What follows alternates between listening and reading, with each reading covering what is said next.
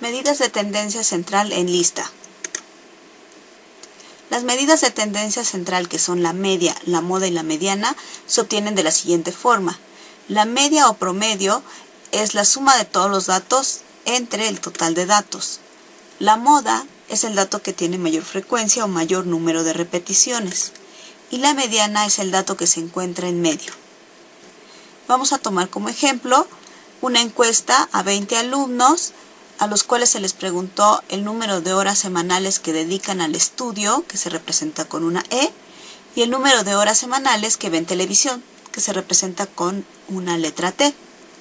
Para calcular el promedio de las horas de estudio, solo sumamos estas horas y las dividimos entre el total de alumnos, que es de 20, dándonos un resultado de 2.5 horas de estudio.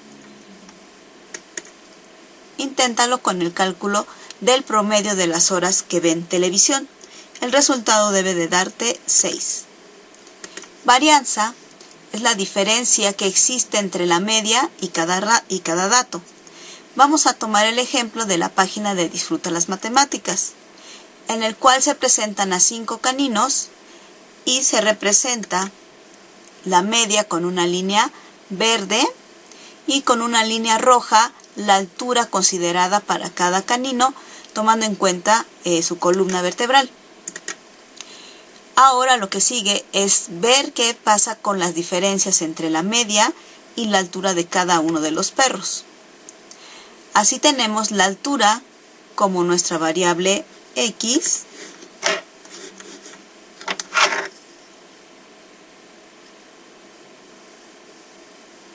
y cada una de las alturas están mostradas, de la de los 5 caninos. Obtenemos el promedio y lo que sigue es restar a cada dato, como ya observamos. A cada dato se le va a restar el promedio de 394. No importa que tengamos valores negativos, ya que en el siguiente paso la resta se eleva al cuadrado. Al elevarse al cuadrado, el signo negativo desaparece. Sumamos los datos obtenidos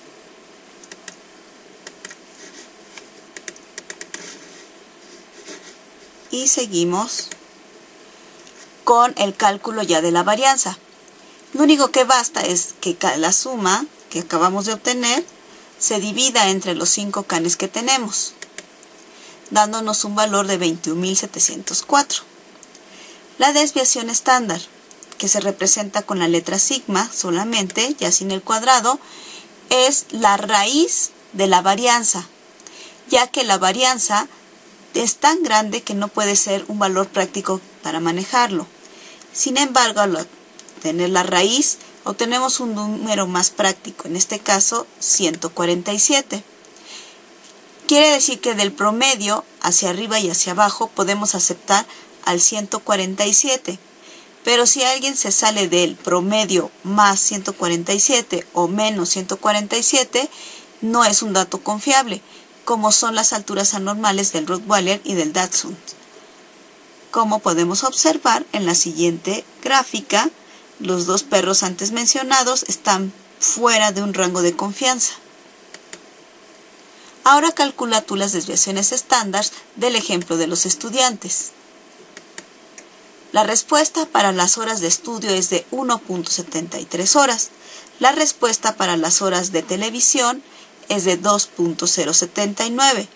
Los resultados pueden variar un poco por el redondeo de los decimales.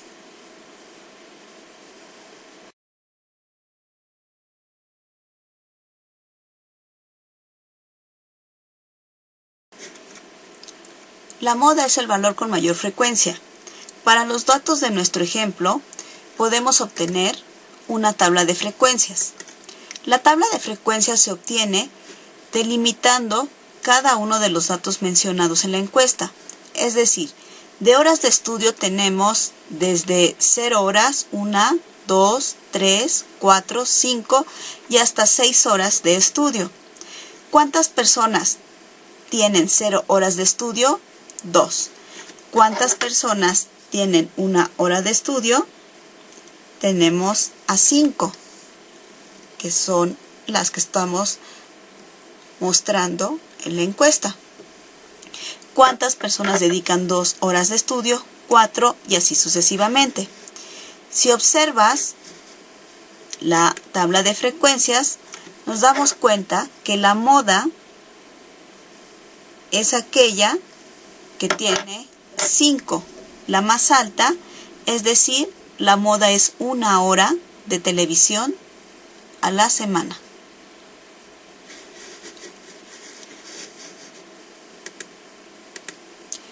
La mediana es el valor que se encuentra justo en medio, es decir, representa el 50% de los datos usando la frecuencia acumulada. Por lo tanto, vamos a obtener la frecuencia acumulada. Acumular significa sumar y seguiremos con nuestro siguiente ejemplo. Entonces, habíamos dicho que existen de 0 a 6 horas de estudio y habíamos indicado la frecuencia. Es necesario ahorita obtener la frecuencia acumulada. Es decir, a 2 le voy a sumar 5 y mi resultado va a ser 7. A 7 le voy a sumar 4 y mi resultado va a ser 11. Y así sucesivamente. Así, el dato promedio de la mediana es el siguiente. Tomamos el número total de datos, que es de 20. Le sumamos 1 y lo dividimos entre 2. Estamos buscando el dato 10.5. El primer renglón llega hasta el dato número 2. El segundo renglón llega hasta el número 7. El tercer renglón llega hasta el dato número 11. Esto quiere decir que nuestro dato 10.5 está en el tercer renglón. Por lo tanto, la mediana es de 2 horas.